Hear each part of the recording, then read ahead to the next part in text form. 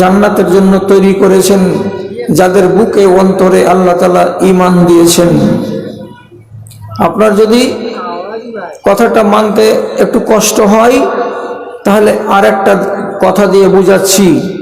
তা কি? আপনার শরীরখানা দুটো জিনিস নিয়ে বেড়াচ্ছে, একটার নাম হলো রূহ আর একটার নাম হলো দেহ। দেহ তৈরি হয় মাটি থেকে আর রূহ আসে আসমান থেকে। এবার কথার প্রতি সুবিচার করেন, খেয়াল করেন। আপনাকে আল্লাহ তাআলা জাহান্নামের জন্য তৈরি করেননি। কিভাবে, কেন বললাম কথাটা? তো যে কোনো রমণীর পেটে যখন বাচ্চা জন্মগ্রহণ করে, সেই বাচ্চাটা যখন ওজন 300 গ্রাম 350 গ্রাম মোটামুটি হয়, তখন তার পেটের ভেতরে 120 দিন যখন থাকা হয়ে যাবে, এই এত বড় একটা মাংস পিণ্ড ততদিন পর্যন্ত নড়বে না, একদম শক্ত পাথরের মতো নাভির নিচে নাভির পাশে অবস্থান করবে এই বাচ্চাটা। সহিহ হাদিসে আল্লাহ পাকের নবী বলছেন, ওই বাচ্চাটার বয়স যেদিন তার মায়ের পেটের ভেতরে 120 দিন হবে, 120 দিন, সেদিন আল্লাহ তাআলা আসমানের উপরে যেই জায়গাতে রূহকে জমা করে রাখা আছে, সেইখান থেকে একটা রূহকে আল্লাহর ফেরেশতাকে দিয়ে বলেন, এই ফেরেশতা, এই রূহটাকে হাতে করো, আর করার পরে ওখান থেকে চলে যাও ধরাধামে। গ্রামের নাম ভাদু। সেই ভাদু গ্রামের জুমা মসজিদের দক্ষিণ দিকের বাড়িতে একটা মহিলা টালির ঘরে তলায় চকিতে চাদর গায়ে দিয়ে শুয়ে আছে। ওর পেটের ভেতরে একটা বাচ্চা এসেছে, বাচ্চাটার বয়স হলো 120 দিন। ওই মেয়ের রেহেমের ভিতরে এই রূহটাকে ফুঁকে দাও, দিয়ে চলে এসো, তোমার কাজ শেষ। আল্লাহর ফেরেশতা রূহটা ফুঁকে দিল। এই মাংসপিণ্ডটা 121 দিন থেকে নড়তে শুরু করলো। এখন নড়ছে কেন? এতদিন ছিল দেহ, মাত্র দেহ, রূহ ছিল না। রূহ যখনই এলো, নড়াচড়া শুরু হলো। এই রূহটা ওই দেহের সঙ্গে মিশে মায়ের পেটে, তারপরে যেদিন 9 মাস হবে, দুনিয়াতে ভূমিষ্ঠ হবে, একটা পূর্ণাঙ্গ বাচ্চা হয়ে, চোখ মুখ নাক কানওয়ালা বাচ্চা। কোথায় পয়দা হলো? জুমা মসজিদের দক্ষিণ দিকের বাড়িতে এক মহিলার পেট থেকে বাচ্চা পয়দা হলো। বাচ্চাটা মুসলমান। এবার আপনাকে শুধু চিন্তা করতে বলছি, যেই রূহটা নিয়ে আপনি আজ ভাদু গ্রামের বাজারে পট্টিতে কিংবা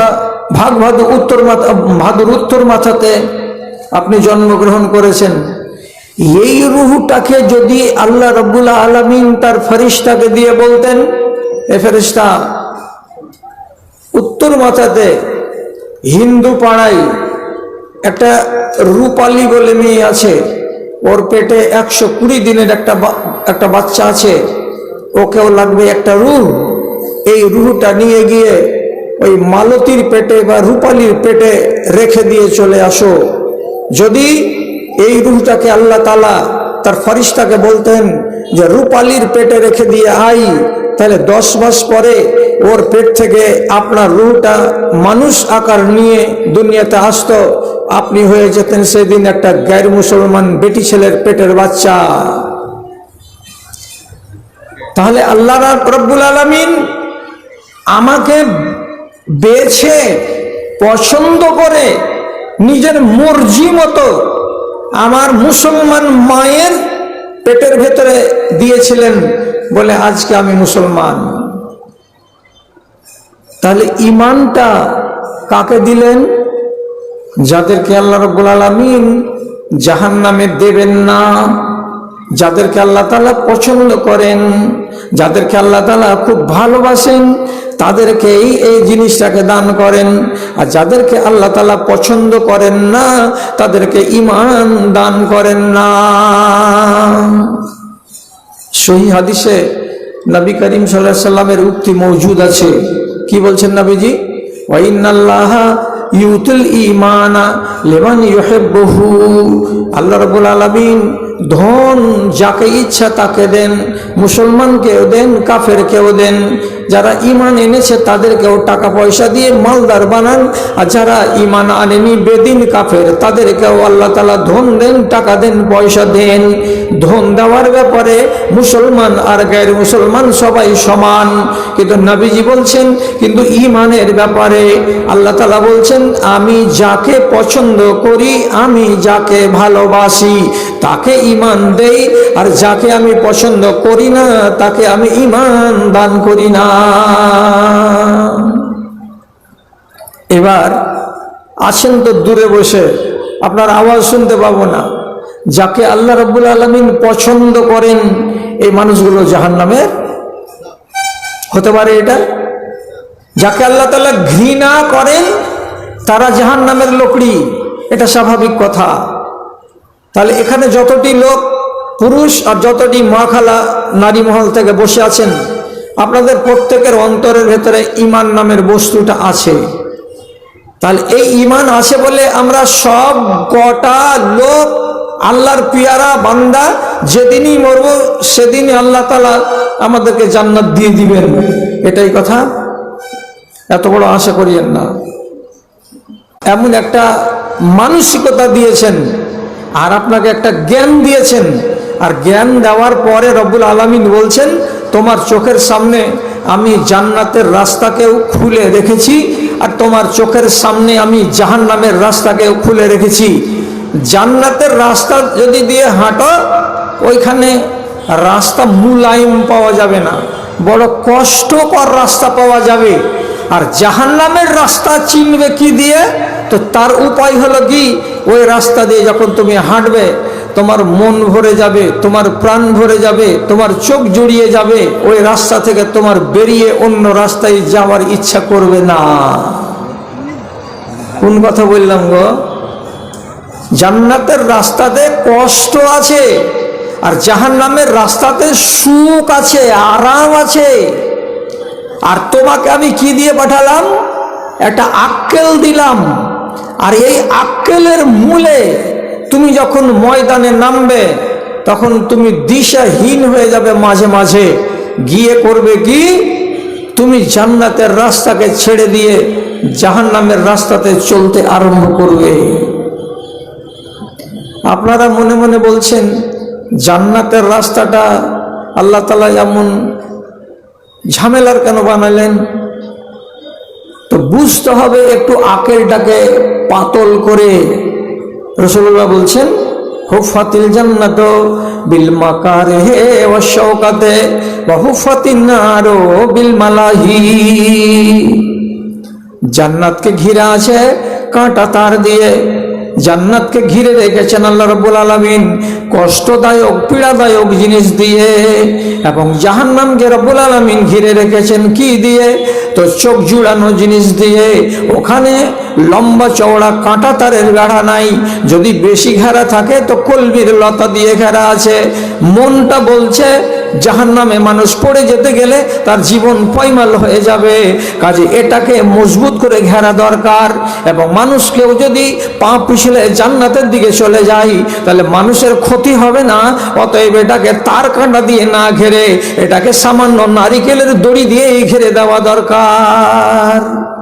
কিন্তু আল্লাহ তাআলা জাহান্নামকে ঘেরলেন কাঁটা তার দিয়ে, জান্নাতকে ঘেরলেন আল্লাহ তাআলা কাঁটা তার দিয়ে, আর জাহান্নামকে ঘেরলেন আল্লাহ তাআলা কলমির লতি দিয়ে। কলমির লতিতে কাঁটা আছে নাই? তো এরকম কেন হয়েছে? এর মানেটা কি? এর মানে হলো এই, ওই জান্নাতে যদি যেতে যাও তো যেমন কাঁটার তারকে পেঁচিয়ে বাঁচিয়ে হাতকে ওখান থেকে টেঁড়া বেঁকা করে ভিতরে যেতে লাগবে, ঠিক তেমনি জান্নাতে পৌঁছিতে তোমাকে এইরকম কাঁটার মতো শক্ত জিনিসের মোকাবেলা করতে হবে। বুঝতে পারলাম না? বুঝতে পারলেন না? তাহলে সোজা সোজা বাংলাতে বলছি, মাঘ মাসের জাড়, জানুয়ারি মাস, কনকন করে শীত মাত্র 1 মাস আগে চলে গেল। এই শীতের দিনে রাত্রি 4:30টার সময় এইখানকার জামে মসজিদ থেকে আল্লাহর বান্দা আওয়াজ দিয়ে বলছে, আসসালাতু খায়রুম মিনান নাওম। আওয়াজটা কানে গেল, শুয়ে থাকতে পারলেন না, উঠে গেলেন ল্যাপটাকে ছেড়ে দিয়ে। যখন উঠছেন তখন চারিদিকে ঠান্ডা হিমেল হাওয়া, থরথর থরথর করছে শরীরটা। আপনি ওই হালাতে কলসি থেকে 1 বদনা পানি নিলেন, হাতের কপটাকে উঠালেন এখানে কনুই বরাবর, তারপরে ঠান্ডা পানিতে ওযু করতে লাগলেন। যেমনি ঠান্ডা পানি হাতে লাগানো সাথে সাথে সারা শরীরের লোমগুলো খাড়ো হয়ে গেল ঠান্ডায়। ওযু করলাম, মুখটাকে মুছলাম, চাদর গায়ে দিয়ে 1 পা 2 পা করে মসজিদের দিকে হাঁটা দিলাম, বুক ফুঁড়ে ঢুকে যাচ্ছে ঠান্ডা। তাহলে আপনাকে যদি সহজ ভাষায় জিজ্ঞেস করি, রাত্রি 4:30টার সময় উঠে গেলেন, মজা লাগলো না ঠেলা লাগলো? উত্তর কি হবে? ঠেলা লাগলো। ঠান্ডা পানি দিয়ে গোসল ওযু করতে গিয়ে খুব মজা লাগলো না ঠেলা লাগলো? ঠেলা লাগলো। এইভাবে আপনি মসজিদ পর্যন্ত হেঁটে গেলেন, জাড়ে সারা শরীরটা কাবু হয়ে গেল, মজা লাগলো না ঠেলা লাগলো? ঠেলা লাগলো। নামাজ আদায় করে তারপরে বাড়ি ফিরে এলেন, একগালা লোককে দেখবেন ল্যাপ মুড়ি দিয়ে শুয়ে আছে, আপনার বাড়িতেই বৌমা উঠেনি, বড় বেটা উঠেনি, আপনার বড় ভাই উঠেনি, ও আপনার আরাম করে শুয়ে আছে। তাহলে এবার তফাৎটা কি হলো? আল্লাহ রাব্বুল আলামিনের নবীর হাদিস, যারা দুনিয়াতে এমন নিজের গায়ে কষ্ট লাগে, এমন কষ্টগুলোকে যারা বরদাস্ত করে নিল, এই কষ্ট দিয়েই আল্লাহর জান্নাতকে ঘেরা ছিল। আপনি যদি এই কষ্টকে নিজের দেহের উপরে সমান করে বর্তে নিতে পারেন, তাহলে সেই দিন আল্লাহর জান্নাতে যেতে আপনার কষ্ট হবে না। আর জাহান্নাম কলমির লতা দিয়ে ঘেরা আছে, এর মানে কি এখানে যেতে গেলে কষ্ট হবে না, বড্ড আরাম লাগবে। কেমন আরাম? ল্যাপ মুড়ি দিয়ে পড়ে আছি কিংবা মোটা কম্বল গায়ে দিয়ে পড়ে আছি, এটা হলো বড্ড আরাম। আরামকে আমি ছাড়লাম না, জানের উপরে কষ্ট করলাম না, এই আরাম দিয়েই আল্লাহ রাব্বুল আলামিন জাহান্নামকে ঘিরে রেখেছেন। এই কাজটা করে নিতে পারলে জাহান্নামের পথ সুগম। বুঝতে না পারলে আরেকটা কথা বলছি, আগামী দিনে একটা মাস আসছে, মাসটা হলো চৈত্র মাস। চৈত্র মাসের দিনে আমাদের দেশে গরম পড়ে 41 ডিগ্রি, 42, 43 ডিগ্রি। এবছর বেশি গরম পড়বে, বৈজ্ঞানিকরা বলে দিয়েছেন।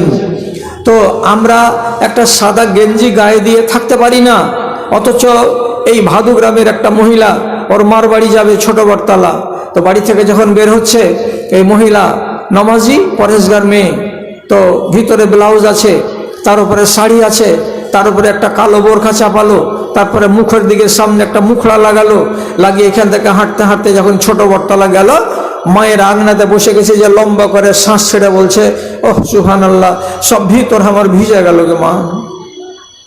ভিজবে না? ভিজবে না? এত গরমের দিনে ও কটা গায়ে দিয়ে আছে, গরমের জ্বালায় ওর ব্লাউজ ভিজে গেছে, ওর শাড়ি ভিজে গেছে।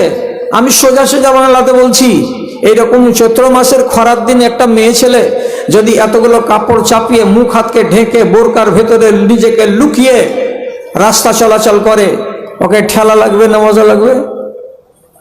ঠেলা লাগবে, মজা লাগবে না? মজা লাগবে কাকে?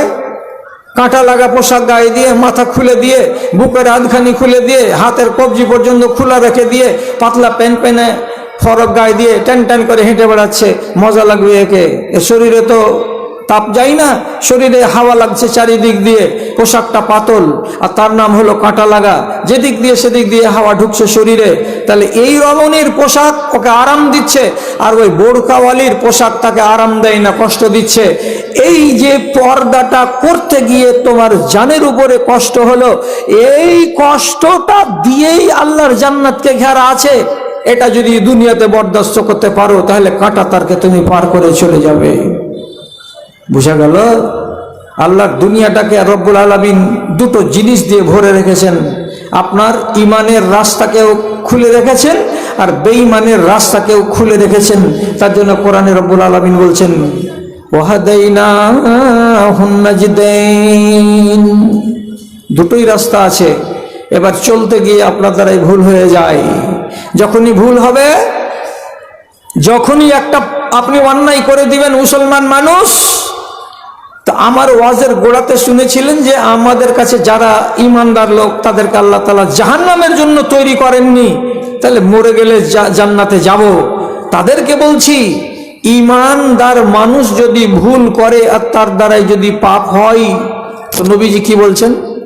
এজা আজনাবাল আব্দ নকাতা ফি কালবিহি নক্তাতান, যখন একটা নর কিংবা একটা নারী যার বুকের ভেতরে ঈমান আছে, সে যদি একটা ভুল করে বসে, সে যদি একটা গুনাহ করে বসে, তো রব্বুল আলামিনের নবী বলছেন তার অন্তর যে গোল হয়ে বুকের ভেতরে আছে, তার গায়ে একটা কালো স্পট পড়ে যায়, একটা দাগ পড়ে যায়। দাগ। আপনি বের হলেন, হাঁটতে হাঁটতে এদিকে যাচ্ছিলেন, তো যাওয়ার পথে কোনো এক মহিলা টিউবওয়েলের পার্শ্বে গোসল করছিল। আপনি বারবার এমনি করে টের চোখে ওর দিকে দেখছেন যে এইবার বালতিটাকে ছেড়ে যেমনি মাথার দিকে ঢালতে যাবে, ওর শরীরের কিছুটা অংশ খুলবে, আর ওর শরীরের কিছু অংশ যদি খোলা পড়ে, তাহলে আমি ওর পিঠ পেটকে দেখব, দেখতে গেলে আমাকে খুব আনন্দ লাগবে, ভালো লাগবে। আপনি এই যে কাজটাকে করে বসলেন, আপনার অন্তরে একটা দাগ পড়ে গেল, একটা কালো স্পট পড়ে গেল। এই কালো স্পট আপনি যদি একাধিক অন্তরে বসিয়ে নেন, একাধিক, ওই যে একাধিক কেন বসাবো? হ্যাঁ, চলে গেলেন ভাদু স্ট্যান্ডে। ভাদু স্ট্যান্ডে যাওয়ার পরে আপনি বসলেন চায়ের দোকানে। চায়ের দোকানে বসার পরে আপনি দেখছেন সামনে এলসিডি লাগানো আছে, চিত্রাহার চলছে, চাও খাচ্ছেন আর চিত্রাহার দেখছেন। আপনার অন্তরে আল্লাহ রাব্বুল আলামিন বলছেন একটা স্পট পড়ে গেল। এই নমাজি জয়নাল আবেদিন, আব্দুল সালাম, আব্দুর রাজ্জাক, এত ভালো মানুষ, চায়ের দোকানে বসে কি কাজ করছিলে? এই অন্যায় করার কারণে তোমার অন্তরে একটা স্পট পড়ে গেল। এই স্পট এবার কটা হলো? তো দুটা হলো। খানিকক্ষণ পরে আপনার কাছে ফোন চলে এসেছে, আপনি বলছেন হ্যালো, কে তুমি? ওই মর্জিনা? বলছে হ্যাঁ। আচ্ছা আচ্ছা আচ্ছা, তুমি আমার কলেজের মানুষটা। অ্যাকচুয়ালি কলেজের এটা মানুষ না, এটা হলো একটা ওই ছাঙ্গাল কোনো বিদেশি মেয়ে, যার সঙ্গে আপনার মোবাইলের মারফতে চ্যাটিং চলছে। আপনি একটা মহিলার সঙ্গে মিঠা মিঠা করে 5 মিনিট গল্প করলেন, আপনার অন্তরে একটা স্পট পড়ে গেল। এইভাবে যদি স্পট বেশি পড়ে যায়, তাহলে আপনার জান্নাত হাতছাড়া। জন্মেছিলেন মুসলমান মায়ের বাড়িতে, মায়ের কোলে, মুসলমান হয়ে কিন্তু রাস্তা চিনতে ভুল করার কারণে কবরে যাবেন তো পাক্কা জাহান্নামী হয়ে কবরে যাবেন। আমি বলেছি যে আল্লাহ তাআলা আপনাকে জাহান্নামের জন্য বানাননি বলে খালি পকেটে হাত ভরে খুশি হয়ে ঘুরে বেড়ালে চলবে না, আমলের দিকে লক্ষ্য রাখতে হবে। জি, ভুল করবেন, করে জাহান্নামে যাবেন, এটা আপনার দোষ। কিন্তু আল্লাহ তাআলা বলছেন আমি তোমাকে জাহান্নামের জন্য বানাইনি। যদি আমার ইচ্ছা থাকতো জাহান্নামের জন্য বানাবার, তাহলে আমি তোমাকে উত্তর মাথাতে ভাদুতে জন্ম দিতাম, কিংবা তোমাকে আগুয়ানিতে আদিবাসী পাড়াতে জন্ম দিতাম। কিন্তু তা না করে তোমাকে আমি জন্ম দিয়েছি কোথায়? মোড়ল গোষ্ঠীতে দিয়েছি। জন্ম দিয়েছি কোথায়? ফাঁকড়ি টোলাতে দিয়েছি। তোমাকে জন্ম দিয়েছি কোথায়? দোল্লাটা পাড়াতে দিয়েছি। এই জন্য যে তোমাকে আমি জাহান্নামে ভরবো না। তুমি যদি নিজে হাঁটো তো সেটা তোমার ব্যাপার। বিশ্বাস লাগলো না? সহিহ হাদিস বলছি, সহিহ হাদিস। আওতাসের যুদ্ধের দিন অনেক কয়েদি ঘেরা আছে, আর চারিদিকে ত্রিপল টাঙিয়ে মুসলমান মিলিটারিরা আছে। মিলিটারিরা ওখানে অনেক কয়েদি আছে। এদের ভিতরে হঠাৎ একটা মেয়ে ছেলে পেরেশান হয়ে একবার একে এসে বলছে, হ্যাঁ গো, একটা ছোট ছেলে দেখনি? বলছে কই রে বাবা, আমাদের এদিকে তো আসেনি। ওখানে যে বলছে ও বাবা, এখানে একটা ছোট ছেলে আসতে দেখনি? না, দেখিনি। মায়ের ছেলে হারিয়ে গেছে, ওর মন কি শান্তিতে আছে? পেরেশান আছে। খালি বলছে হায় আমার ছেলেটা কোথায় চলে গেল রে, হায় আমার ধনকুণ্ডে হারিয়ে গেল রে। তো ছেলে হারাইতে গেলে মাকে ঠেলাটা কত লাগে, তো আপনি মা হলে তো বুঝবেন। শেষে এই ঘুরতে ঘুরতে ঘুরতে ঘুরতে হঠাৎ করে জামে মসজিদের দক্ষিণ দিকে এক জায়গাতে গিয়ে যদি দেখছে ছোট বাচ্চাটা কেবল হাঁটতে শিখেছে, পা পাততে শিখেছে, এইরকম বয়সের বাচ্চা। চট করে বাচ্চাটাকে মা কোলে তুলে নিয়েছে, আর কোলে তুলে নিয়ে আর এই গালে আর ওই গালে চুমাচাটা করার পর হাজার মানুষের সামনে এক কিনারাতে বসে গিয়ে পর্দার সাথে নিজের সিনার কাপড়টাকে খুলে দিয়ে বাচ্চাটাকে দুধ খাওয়াতে আরম্ভ করলো।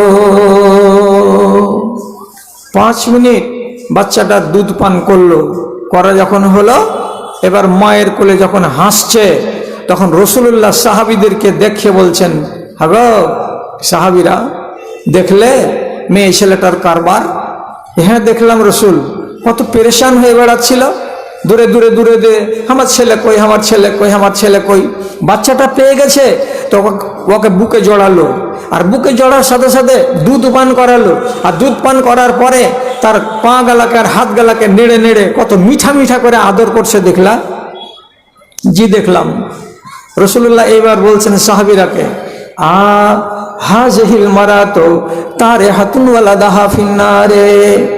সাহাবীরা, আমি মনে মনে তোমরাকে বলছি, এটা ভাবো তো, যদি এই জায়গাতে তোমরা পুরাতন শুকনো শুকনো খেজুরের গাছগালাকে জড়ো করে আগুন লাগিয়ে দাও, দাও দাও দাও দাও করে এখানে আগুন জ্বলে, আর ওই আগুনের কাছে তোমরা গিয়ে ওই মেয়ে ছেলেটাকে বলো, ও খালা, তোমার যে বাচ্চাটা হারিয়ে গেছিল 10 মিনিট আগে, যাকে তুমি পেয়েছো, যাকে তুমি দুধ খাওয়ালে, আর যার মাথাগুলোকে নেড়ে নেড়ে আদর করলে, এই বাচ্চাটাকে আমাদের হাতে দিয়ে দাও, আমরা এই জ্বলন্ত আগুনে বাচ্চাটাকে ফেলে দিব, তোমার চোখের সামনে বাচ্চাটা 10 মিনিটে পুড়ে ছাই হয়ে যাবে।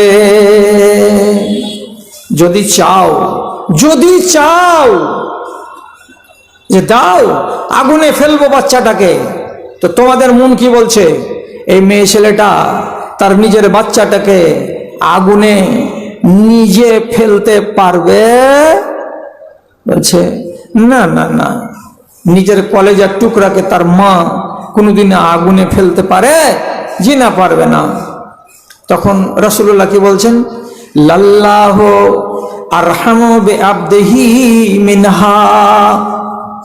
এই মেয়ে ছেলেটি তার বাচ্চাটার উপরে যত দয়াবান, এই মেয়ে ছেলেটি যেমন নিজের বাচ্চাকে আগুনে ফেলতে পারে না, ওর কলেজা ছিঁড়ে যায়, তো এই মেয়ে ছেলেটির চাইতে 99 গুণ বেশি আল্লাহ রাব্বুল আলামিন হলেন দয়াবান। তোমাকে জাহান্নামে দেওয়ার জন্য আল্লাহ রাজি নন। ও যদি একটা মায়ার মূলে বাচ্চাটাকে আগুনে দিতে না পারে, তো তাহলে যে আল্লাহ 99টি দয়া নিজের কাছে রেখেছেন, সেই আল্লাহ তোমাকে কেমন করে জাহান্নামের আগুনে দেবে? বুঝা গেল? তাহলে বুঝতে পারলাম এই কথাটা, যে আমরা অ্যাকচুয়ালি জাহান্নামের জন্য তৈরি হইনি। এবার আমি যদি আমার চরিত্র দিয়ে জাহান্নামকে কিনে নিই, তাহলে সেটা আমার দোষ, আল্লাহ রাব্বুল আলামিন তার জন্য দায়ী নয়। কেউ আছে দুনিয়াতে ধর্মকে বিক্রি করে, আর কেউ আছে দুনিয়াতে ধর্মকে কিনে বেড়াই। জি, বুঝতে পারলেন না? যদি না বুঝতে পারেন, তো কিছু কিছু মেয়ে আছে প্রত্যেকটা গ্রামে গ্রামে, যে ওর কাছে 10টা 5টা মেয়ে ছেলে যাবে, কখনো সকালে কখনো বিকালে, আর যাওয়ার পরে একটা না একটা কিছু জানতে চাইবে। তো ভাদুতে একটা মহিলা আছে, সেটাকে মুনি মাস্টারের মা, ওর কাছে শত শত নারী যায় আর জানতে যায় যে এটা করছি বহু কেমন হলো। তাহলে এই ধর্মকে কিনতে এসেছিল। এরকম নারী আমার জানা মতো মালদহ জেলাতে কমসে কম আমি যাদের সাথে যোগাযোগ রেখেছি 30 থেকে 40টা হবে। এই মহিলাগুলো কি করে? ধর্মকে কিনতে যায়, ধর্মকে এরা বেচতে যায় না। আর একগুলো রমণী আছে এ দুনিয়াতেই যারা ধর্মকে বিক্রি করতে যায়, ধর্মকে কিনতে যায় না। কইছে কারা? ধর্মকে আবার বিক্রি করতে যায় কারা? তো আমার ভাদু গাঁয়ের মাটির উপরে কোনো রাগ আছে? এ কথাটা বুঝে নিয়েন না আপনারা আমার ভাষণে, আমি বুঝাবার জন্য বলছি। কোনো এক গ্রামের কোনো মহিলাকে, 2-3 জন মহিলাকে বলা হলো রমজান মাসে সব মেয়ে ছেলে পেলে মন দিয়ে নমাজ রোজাগুলো করে, তো তোমরা রমজান মাসটাতে কমসে কম মসজিদে যে তারাবির নমাজটা পড়ো। তখন এই মহিলা বলছে আমাকে টোলার রশিদ মুলবি কহেছে যে ফেতনার যুগ, রাতে নামাজ পড়তে যাও না, কি হবে না হবে, কোন গন্ডগোল হবে, পড়তে যাবে নামাজ, তখন হয়ে যাবে তোমার সমাজ, যাইও না ওই কামে। ওই জন্য আমরা মসজিদে যাই না নামাজ পড়তে। তাহলে এ কথাটা ইমানদারি কথা। কিন্তু এই মহিলাকেই যদি বেলা 11টার সময় খালি রতুয়া ব্লকে ডাকে যে আজকে তোমাদের হিসাব নিকাশ হবে, তোমাদের হাতে চেক তুলে দেওয়া হবে, তো চলো। এবার চারিদিক থেকে 200, 250, 300 মহিলা রতুয়া ব্লকে যে হাজির। এবার হাজির হওয়ার পরে যদি চেক দেখে যে 300 টাকা করে এই মাসে কম এসেছে, একবারে কোমরকে বেঁধে নিয়ে মাথার কাপড় তো কুণ্ঠে গেছে, তো আল্লাহ তাআলা জানে, গলাকে এতখানি উঁচা করে কইছে ফাইজলামো করার জায়গা পাও না, দুনিয়ার লোক সবাই পুরা পুরা করে টাকা পাবে, আর আমরা বেটি ছেলে সেবা করছি, তার লেগে আমাদের ফির টাকা 300 টাকা করে কম, টাকা জলদি করে ফেলো না তো তোমাকে ঘরের ভিতরে মুতিয়ে তোমরা ছাড়বো। তাহলে একটা মেয়ে ছেলে মাথার কাপড় ফেলে, ওর গায়ে বুরকা নাই, ওর গায়ে শালীন পোশাক নাই, আর তারপরে হাজারটা মানুষের ভিড়ে ওখানে গিয়ে হুড়াহুড়ি করে তারপরে নিজের টাকা আদায় করে নিয়ে আসছে। ওকে জিজ্ঞেস করেন তখন ফেতনা হয় না? মসজিদে গেলে ফেতনা, এই জন্য তারাবিতে যাই না। আর ব্লকে যখন চলে গেলাম তখন হলো না ফেতনা, তখন হয়ে গেল নেকি। তুমি কি কাজে গেছিলা? ধর্মকে কিনতে না বেচতে? আপনি জব করেন, আমি করব না। এরা ধর্মকে বেচতে যাই। আর ধর্ম বেচা মরদ আর ধর্ম বেচা নারী একটা নেই দেশে। আমাকে যদি কেউ গুলি টুলি করে দাও তো করে দিও, 64 বছর হয়ে গেছে, আমার মরণ বলে ভয় লাগে না। বিয়ে হয়ে গেছে, একটা ছেলে কোলে আছে আর আরেকটা ছেলে পেটে নড়ছে, আর এমন বেটি ছেলে পঞ্চায়েতের প্রধানের কাছ থেকে সার্টিফিকেট লিখে নিলে কি বলে যে এই উমুকের বেটি জরিনা খাতুন এখন আনম্যারিড, বিয়ে শাদী হয়নি।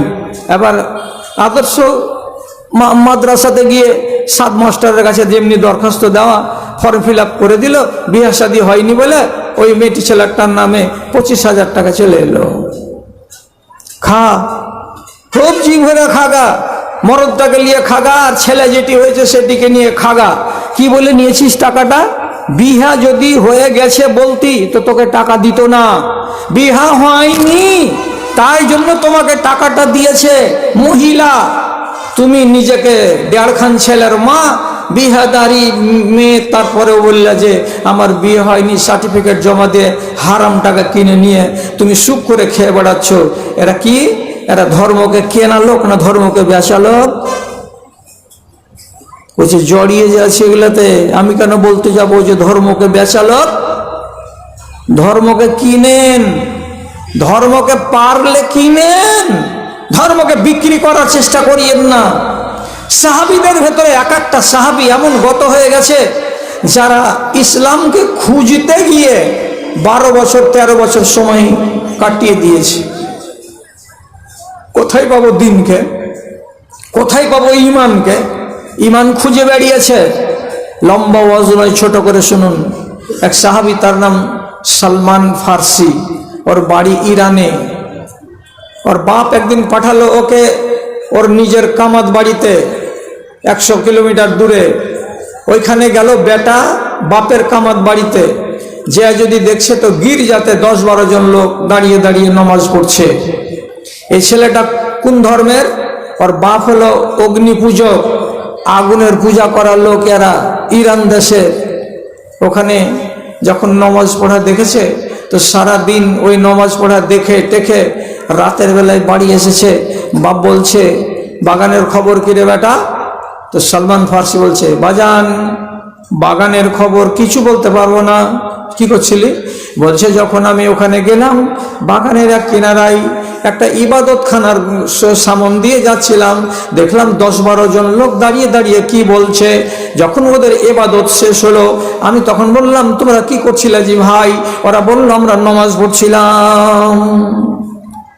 একসঙ্গে খাড়ো হয়ে বুকে হাত বাঁধা, একসঙ্গে হাঁটুতে হাত দিয়ে রুকুতে যাওয়া, একসঙ্গে 2 হাতের তালুকে জমিনে পেড়ে দিয়ে সিজদাতে যাওয়া দেখতে বড্ড ভালো লাগলো বাজান। তারপরে সে নিজের বাপকে বলছে, আমার ধর্মের চেয়ে ওই ধর্মটা অনেক ভালো জি আব্বা, অনেক ভালো। না,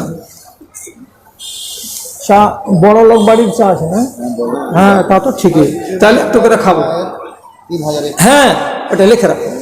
তো আর বাপ বলছে, মারবো গালে একটা টেনে চড়। নিজের বাপের ধর্মকে খারাপ বলছিস আর পরের ধর্মকে ভালো বলছিস, খবরদার বলবি না এরপর থেকে এই কথা। তারপর দিন ফের বাগানে গেল। বাগানে যে ওই লোকটিকে বলছে, হাগো যে ধর্মটা তোমরা করছো এই ধর্মটা আসল কোথায় আছে? তো বলছে, সিরিয়া দেশে আছে। বলছে, তোমরা বাড়ি যাবা না? যাবো। যে যেদিন বাড়ি যাবা আমাকে একটু সাথে করে নিয়ে যাবা না? হ্যাঁ যাবো। বাপের জমিদারিকে লাত মেরে ফেলে দিয়ে সালমান ফার্সি একটা টনটনে জোয়ান চলে গেল 10 জন লোকের সামনে সাথে সিরিয়া। কেন গেল? ধর্মকে খুঁজে বেড়াচ্ছি, হককে খুঁজে বেড়াচ্ছি, তার জন্য। সিরিয়াতে একটা পাদ্রীর কাছে 2 বছর থাকলো। থাকার পরে বলছে, ধর্ম কোথায় পাওয়া যাবে? তো মরবার কালে বলছে, এখান থেকে দক্ষিণ দিকে চলে যা, একটা শহর আছে, শহরটার নাম হলো হিমস। ওই হিমস শহরে একটা পাদ্রী আছে, ওর কাছে যে খোঁজ করগা। এবার ও মরার পরে এখানে এলো, এসে এর কাছে 8-10 মাস থাকার পরে বলছে, হুজুর আসল ধর্মটা কোথায় পাওয়া যাবে? বলছে, যা দেখছিস এইটুকুই আমার কাছে আছে, এর বেশি আমার কাছে নাই। তুই যদি এর থেকে আরো কিছু বেশি চাহিস তো চলে যা এদিকে, আমুরা বলে আরেকটা শহর আছে দক্ষিণ দিকে, ওই আমুরা শহরে গিয়ে খোঁজ করগা। আমুরা শহরে গেল, যাওয়ার পরে ওখানকার পাদ্রীকে বলছে, আমি ওখানে 4 বছর কাটালাম, আমি এখানে 1 বছর কাটালাম, আপনার কাছে এলাম, সত্য ধর্মকে খুঁজে বেড়াচ্ছি, কোথায় পাওয়া যাবে? আমুরার লোকটা তখন আল্লাহ ওর ভালো করুক, ও বলছে, বেটা রে, এমনি করে করে পাদ্রীদের বাড়ি বাড়ি ঘুরে ঘুরে সত্য ধর্মকে খুঁজে পাবি না। যদি সত্য ধর্মকে খুঁজিস কোথায় পাওয়া যাবে, তাহলে আরো দক্ষিণ দিকে যা। কোথায়? বলছে, এমন একটা শহরে যা, যে শহরটার নাম হলো ইয়াসরেব, মানে মদিনার পুরাতন নাম। যেই শহরটার চারিদিকে শুধু খেজুরের বাগান, খেজুরের বাগান আছে। ওই বাগানের ভেতরে একটা লোককে দেখতে পাওয়া যাবে, তার কাছে যাবি আর তার কাছে গিয়ে যাবি না, আলোচনা করবি, তার কাছে নতুন ধর্ম পাওয়া যাবে, আর ওটাই হলো আসল ধর্ম। ঠিক আছে, চললাম। তো এই আমুরা শহরে আসছিল, রাস্তাতে কয়েকটা ডাকাত ওকে ধরে বন্দি করে, যদি বন্দি হয়ে যায় কোনো মানুষ তো গোলাম। এবার স্বাধীন মানুষটা কোটিপতির বেটা, রাস্তাতে কি হয়ে গেল? গোলাম। গোলামটাকে বিক্রি করে দিল মদিনার এক ইহুদির কাছে। এই ইহুদি মদিনার ওকে নিজের বাড়ি নিয়ে চলে এলো। আর এই ইহুদি তার বাগানে একদিন কাজ করছে, তো চাকরকে নিয়ে এসে গাছের ডালগুলোকে ছিলছে উপরে চড়ে চড়ে। এমন সময় ওই ইহুদির ভাই বলছে, ইহুদির ভাই কি বলছে, বড় ভাই আর জানো আমরা তো ইহুদি, দেখো 2 কিলোমিটার দূরে একটা লোকের সাথে দেখা করে এলাম, ও নিজের নাম বলছে মুহাম্মদ, আর ও নিজেকে বলছে আমি নবী, আর ওর মুখ থেকে আজব আজব কথা শুনতে পাওয়া যাচ্ছে, সব নতুন নতুন কথা। কথাটা যেমন ভাই ভাইকে বলেছে, খেজুরের গাছের ওপর থেকে শুনছে কে, তো সালমান ফার্সি। ও তখন ওইখান থেকে এমনি করে নিচে মুখ ঝুঁকিয়ে দিয়ে বলছে, কোনখানে এসেছে লোকটা? তখন ওর মালিক বলছে, মারবো হারামখোরের গালে এক চড়। চুপ কর, কাজ করবে দেখেনে, আমাদের দুই ভাইয়ের গল্পতে নাক গলাতে এসে কাজ কর। বেচারি ডরে কাজ করলো, করে নামলো গাছ থেকে। তখন মালিকের ভাইকে কানে কানে বলছে, চাচা কোন জায়গাতে ওটা দেখলেন? থাক, বড় ভাই জানলেন মারবে। এখান থেকে 2 কিলোমিটার দূরে খেজুরের বাগান আছে, ওইখানে লোকটা আছে, ওর চারিদিকে কিছু লোক আছে, সব সময় ওকে ঘিরে থাকছে, ওখানে যে দেখতে পাওয়া যাবে। মালিকেরা 2 ভাই বাড়ি গেল। তো ওই লোকটা ওকে বলে দিয়েছিল, আমুরার রাহেব, যে লোকটাকে আমি বলছি তার কাছে দিন খুঁজে পাওয়া যাবে, তার 3টা গুণ তোমাকে বলে দিচ্ছি, কানে রাখো। লোকটা সাদকা খাবে না। 1, লোকটাকে যদি তোহফা দাও, হাদিয়া দাও, তো হাদিয়া কবুল করবে। 2, লোকটার পিঠের দিকে তার দুই বাহুর মাঝখানে একটা পায়রার আন্ডার সমান মাংস বড় হয়ে জরুনের মতো বেড়ে আছে। 3টা জিনিস যদি দেখতে পাও তাহলে জানতে পারবে এটাই হলো আসল ধর্মের মালিক, আর এটাই হলো আল্লাহর নবী। ওর কাছে আসল ধর্ম পাওয়া যাবে। তোর বাপের কাছে আসল ধর্ম নাই, আমাদের কাছে আসল ধর্ম নাই। এতটি খেজুর নিয়ে গেছে। মদিনা মসজিদে হাঁটতে হাঁটতে যে সন্ধ্যাবেলাতে দেখে নিয়েছি যে এই লোকটাকে ঘেরে বসে আছে 15 জন লোক। ওখানে যে ইহুদিদের আন্দাজে সালাম দিছে, তো ইহুদিদের সালাম আলাদা, মুসলমানদের সালাম আলাদা, সিপিএমদের সালাম আলাদা। এগুলা তো জানা আছে কি না? মুসলমানের সালাম হলো আসসালামু আলাইকুম, ইহুদিদের সালাম হলো শুলুম, আর কমরেডের সালাম হলো লাল সালাম। তো ওই যে ওকে সালাম দিছে ইহুদিদের সালাম শুলুম। সালামটা শুনেছে, নবীজি এমনি করে চোখ তুলে তাকিয়ে বলছে, ইহুদির বাচ্চা আয় বস। কাছে এলো, একটা টোনা থেকে এতটি খেজুর বের করে দিয়ে বলছে, ওগো ভালো মানুষটা, তোমার ডানে বামে যতটি লোক বসে আছে এরা সবাই আধা অনাহারে আছে। আমি আমার বাগান থেকে এই খেজুরটি এনেছি, এদেরকে দেন আর আপনি নিজে খান। আপনাদেরকে একটি সাদকা দিলাম। কি দিলাম? সাদকা দিলাম, সবকে নিয়ে খান। রাসূলুল্লাহ টোনাটা থেকে একটা দুটা করে খেজুর নিয়ে একে দিলেন, ওকে দিলেন, ওকে দিলেন, ওকে দিলেন, সবাইকে দিলেন। কিন্তু নিজে একটা খেজুরকে ফেড়ে বিচিটাকে ফেলে মুখে দিতে গেলেন না, চুপচাপ মজলিসে বসে থেকে গেলেন। এই লোকটা তাকে জিজ্ঞেস করে বলছে, আপনি 2টা খান না ভাই? তো তিনি বলছেন, অর্থাৎ নবীজি বলছেন, আনা আল্লাহ আকল সাদাকাতে, আমি জীবনে সাদকা খাই না। আহারে, সালমান ফার্সির দিলের কোনাতে মনে হয়েছে আলো জ্বলে উঠেছে। ও জি আল্লাহ, তাহলে রাহেব যেটা কথা বলেছিল আমাকে, কথা তো মিলে গেছে মালিক, এটাই তো সেই লোকের লোক না। এখন আরো 2টা চিহ্ন বাকি আছে। ফিরে চলে গেল সেই দিন। তারপরের দিন আবার মালিকের বাগান থেকে এতটি তাজা খেজুরকে পেড়ে এনে আবার মসজিদে নববীতে এসেছে। আসার পরে আল্লাহ পাকের রাসূলের কাছে বসার পরে বলছেন, হাজিহি